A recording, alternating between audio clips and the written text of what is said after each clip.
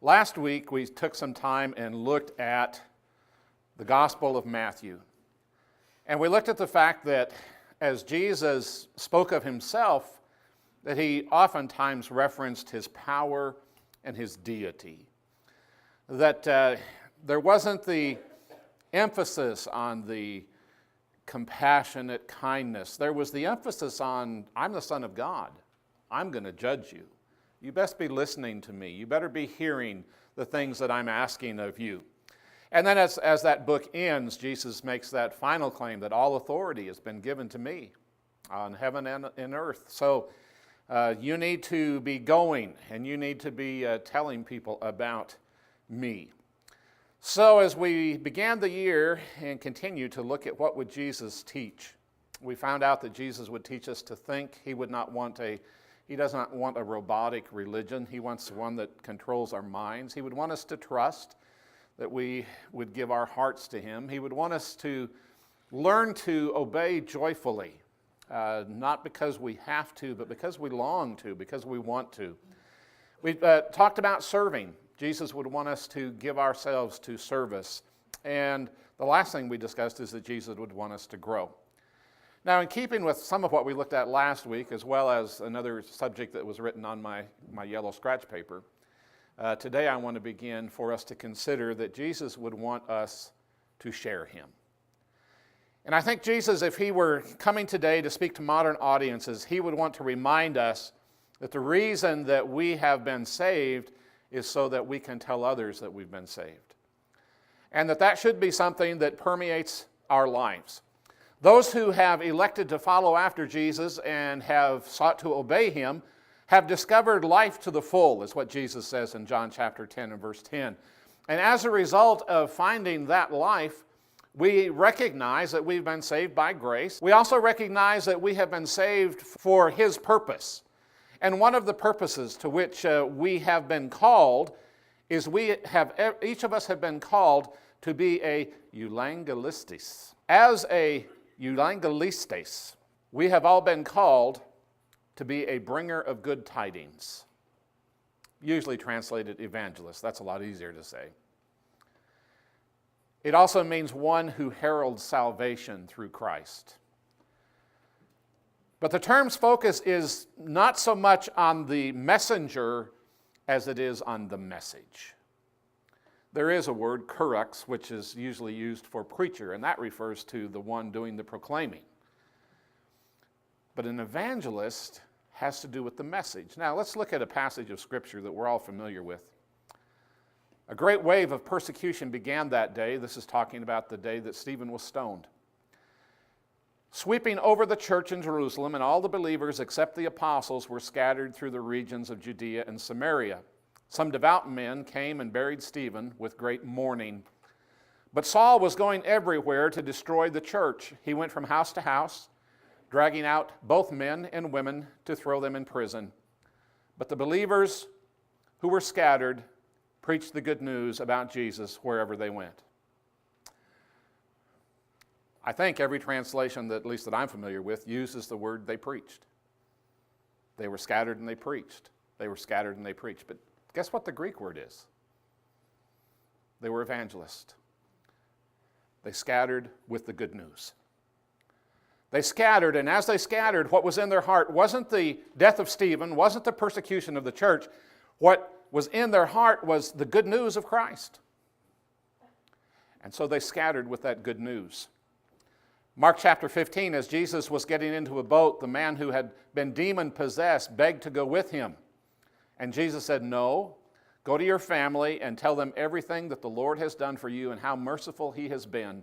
And the man started off to visit the 10 towns of that region and began to proclaim the great things Jesus had done for him. And everyone was amazed at what they told him. Legion. Jesus rescues him from demon possession. He says, "I want to go with you." Jesus says, "No, you need to be sharing what's happened to you."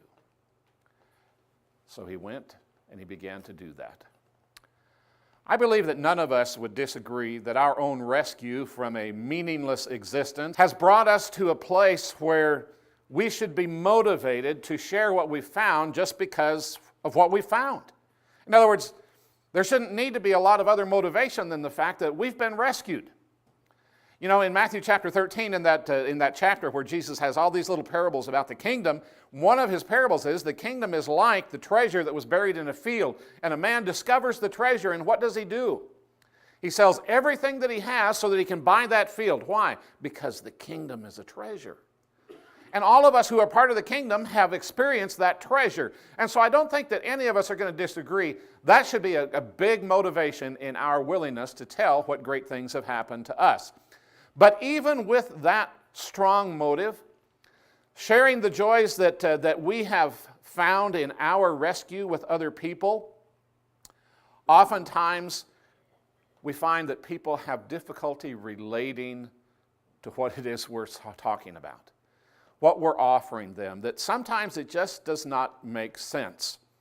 Wednesday night in class, we studied the person of Stephen in Acts chapter 6 and 7, and we found that this first Christian martyr, he really was motivated by his own rescue to share what he had found with other people, and that he had one of two results, didn't he? On one hand, as he went and shared those things, he encountered that there were people who heard them and accepted that, and he encountered receptivity, and hearts were brought to Jesus because of Stephen. And we even read through there, eventually there are priests even that come to Christ, largely because of Stephen's work. So he met with great approval. However, the flip side of that coin is, as Stephen talked about his own rescue and went through the entire Jewish history of how Jesus came for that purpose, what happened to some of the crowd? They became hardened. They became so hard, they stoned him to death. So Stephen's a good example of how even when we share what we found, we're going to encounter people that will hear and listen, but we're also going to encounter people who will grow hard from that. 300 years before Jesus lived, Plato did his philosophizing. One of the things that he wrote about and taught about became central to Greek understanding and society. You see, Plato believed that the life that we have here is not the real one. That this, he actually called it shadowland, that we're living in shadowland. The real life was different. He wrote a lot about the struggle we have in shadowland, in trying to see that this isn't real, this isn't reality. And by the way, that became some of Greek philosophy.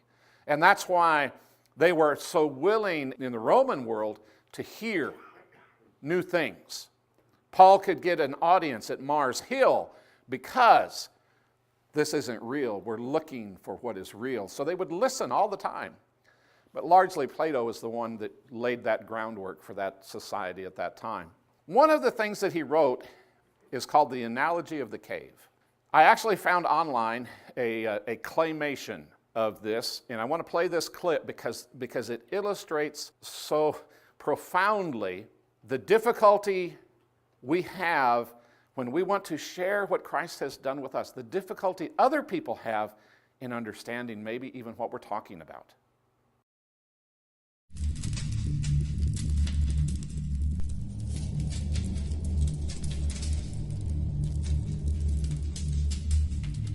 Imagine prisoners that have spent their entire lives chained deep inside a cave. They have been chained so that they cannot see behind themselves, and they are forced to stare endlessly at the cave wall in front of them. Behind them, a fire is burning, and between the prisoners and the fire is a raised walkway. Now imagine that each day, a menagerie of objects crosses the walkway. Animals, and people carrying their wares to market.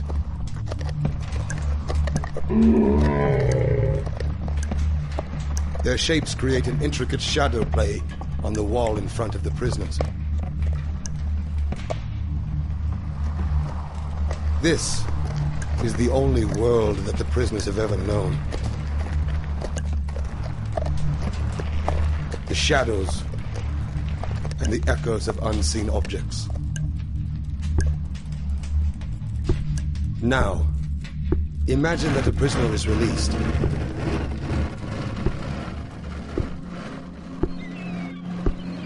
After some time adjusting to the blinding light, the freed prisoner will begin to experience the world outside of the cave for the very first time. And it is like nothing he could have ever imagined.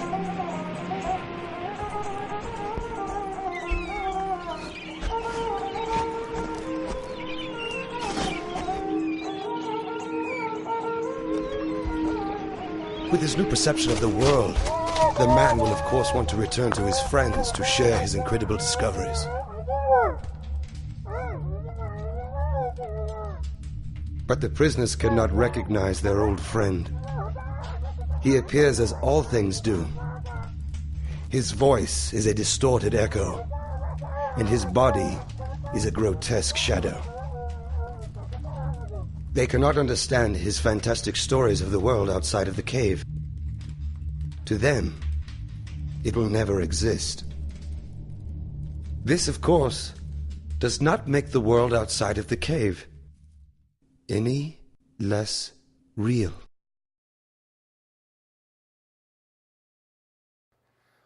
As joyfully as we take on the role of sharing the good news, of being evangelist, there is an automatic barrier between us and those we try to share with.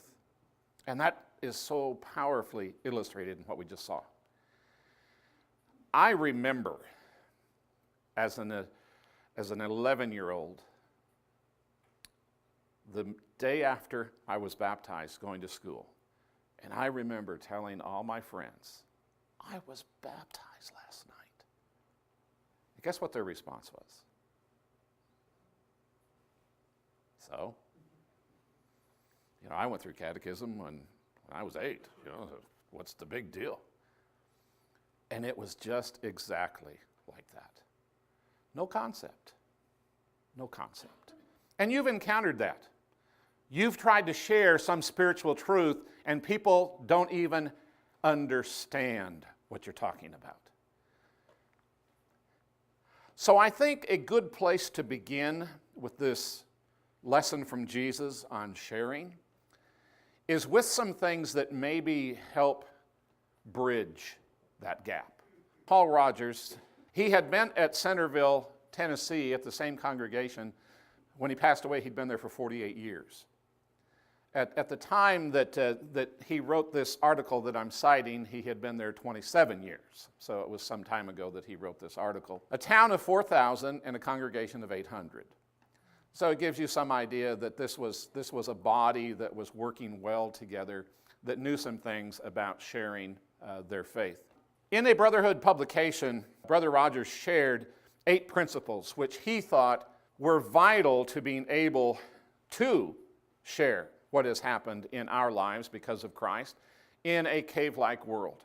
And so I want to just run through those this morning as we think about the challenge for us to be sharing what's happened in our lives. The first thing that he writes about is that we should be geographically oriented. We should be geographically oriented. And he goes on to explain that he means that in actuality and also metaphorically. We each function within a actual geographic location. And that in and of itself means we have to function within that geographic location. By way of citing an example of that, when we lived in Montana, in a small town in eastern Montana, our congregation engaged in what we called Sun Night.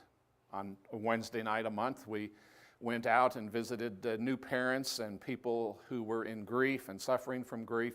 And then when we came here, the elders heard that idea, thought that would be a good thing, and so we tried to do that here. Do you know one of the things we encountered here right away is it was really difficult to connect with people in a larger town with more precautions than it was in a rural Montana town. You didn't have to go through the obituaries to find out who was suffering from grief in Sidney, Montana. You knew. So you could just plan to go and visit those people because you knew those people. But in a larger community, there was caveats about that didn't work. So we revamped that a little bit, did it a little differently. But we all have an actual geography. And that's one of the things that plagues many times Christians when they move from one location to another is, well, here's what we did here. And so we think, well, that's what we ought to do here. And it should work the same. Well, it doesn't always do that because we do have actual and metaphorical geographic locations. He also talks about the fact that we need to be careful about formerville and futureville. Living in those make-believe places of where we once were and where we think we need to be.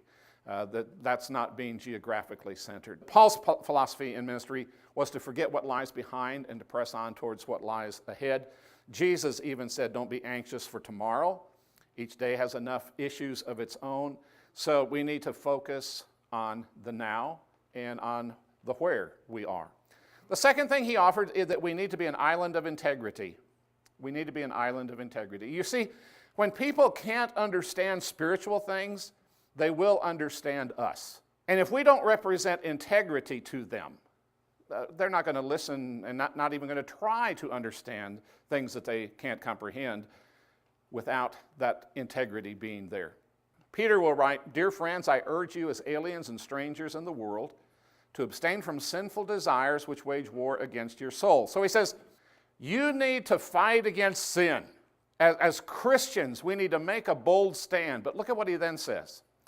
Live such good lives among the pagans that though they accuse you of doing wrong, they may see your good deeds. You have such integrity as spiritual people that when even those who want to condemn you look at you in seriousness, what they really see is your good deeds.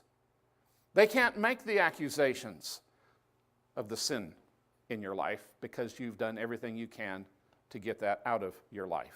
One of the dilemmas that has been around for centuries is the dilemma of how prodigals can leave home, spiritual home, and depart from spiritual things. Of young people who drop out of church, according to an article in Christianity Today, 97% do so because of life changes, what they call life changes. In other words, that could mean, I need a break from church.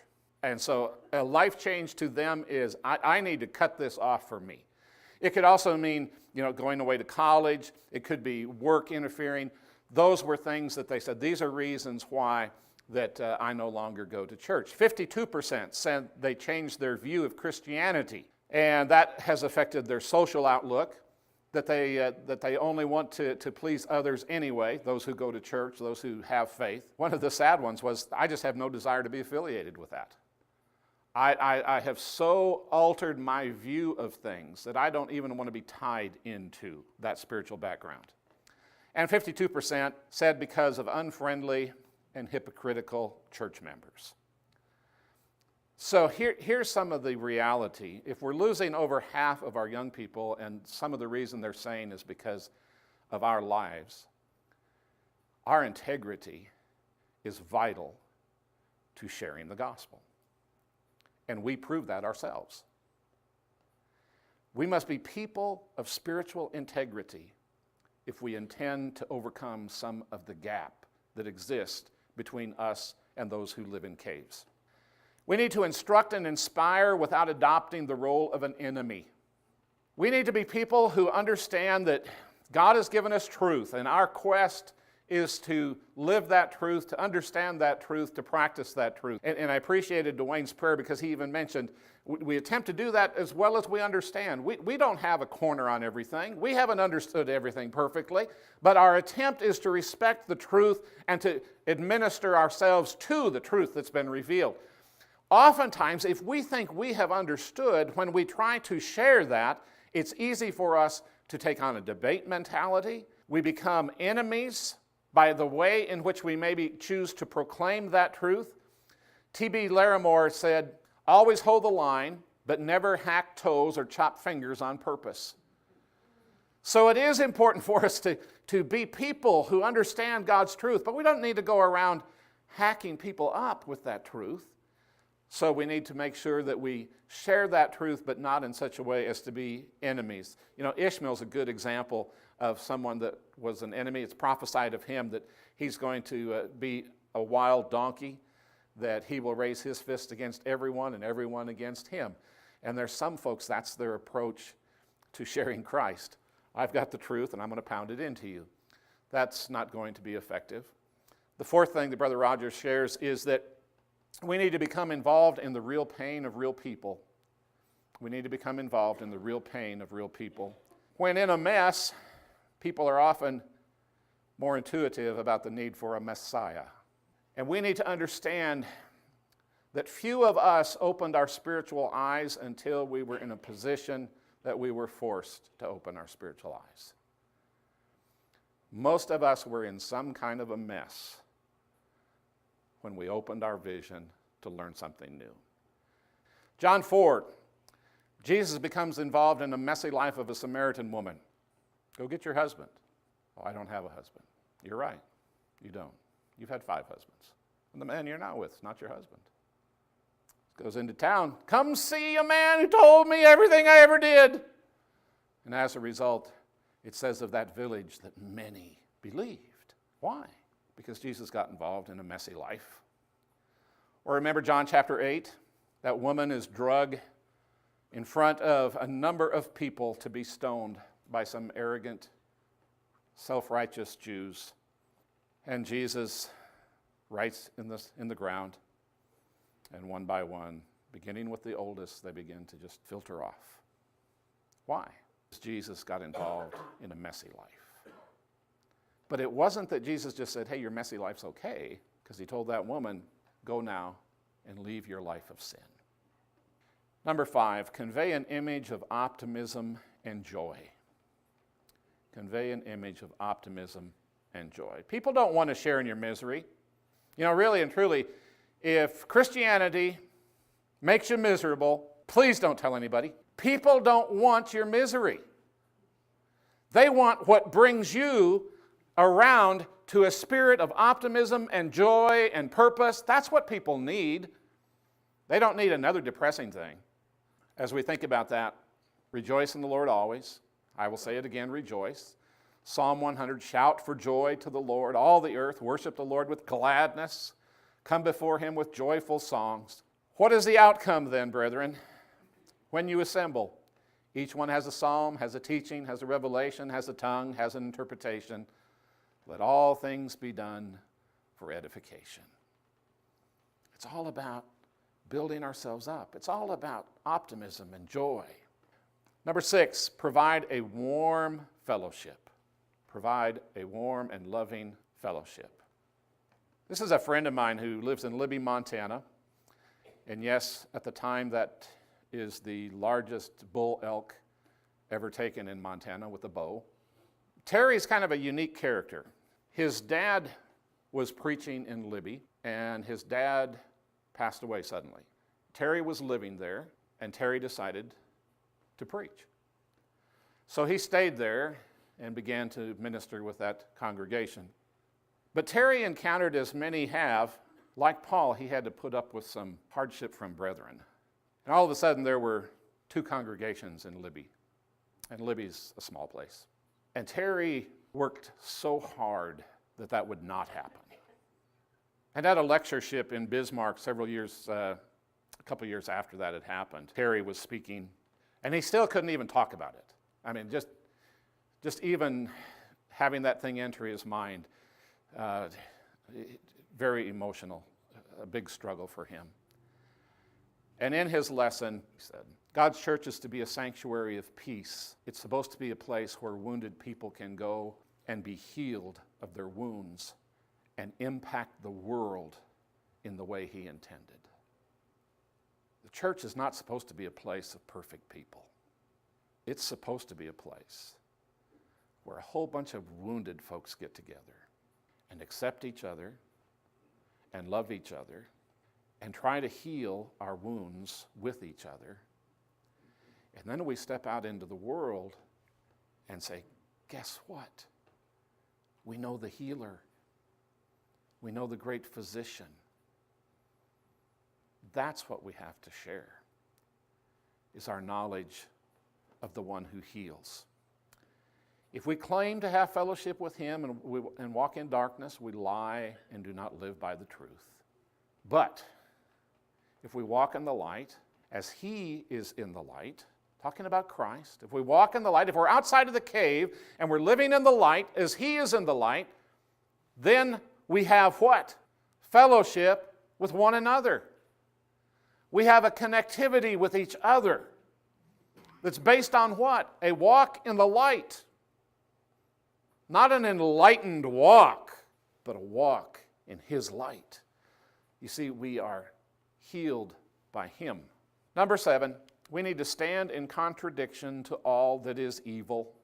Our world does not need to witness a Jesus who accepts all things. Our world needs to see a Jesus who is the Son of God, who came to this world, who has a standard that he expects people to live by. That's what our world needs.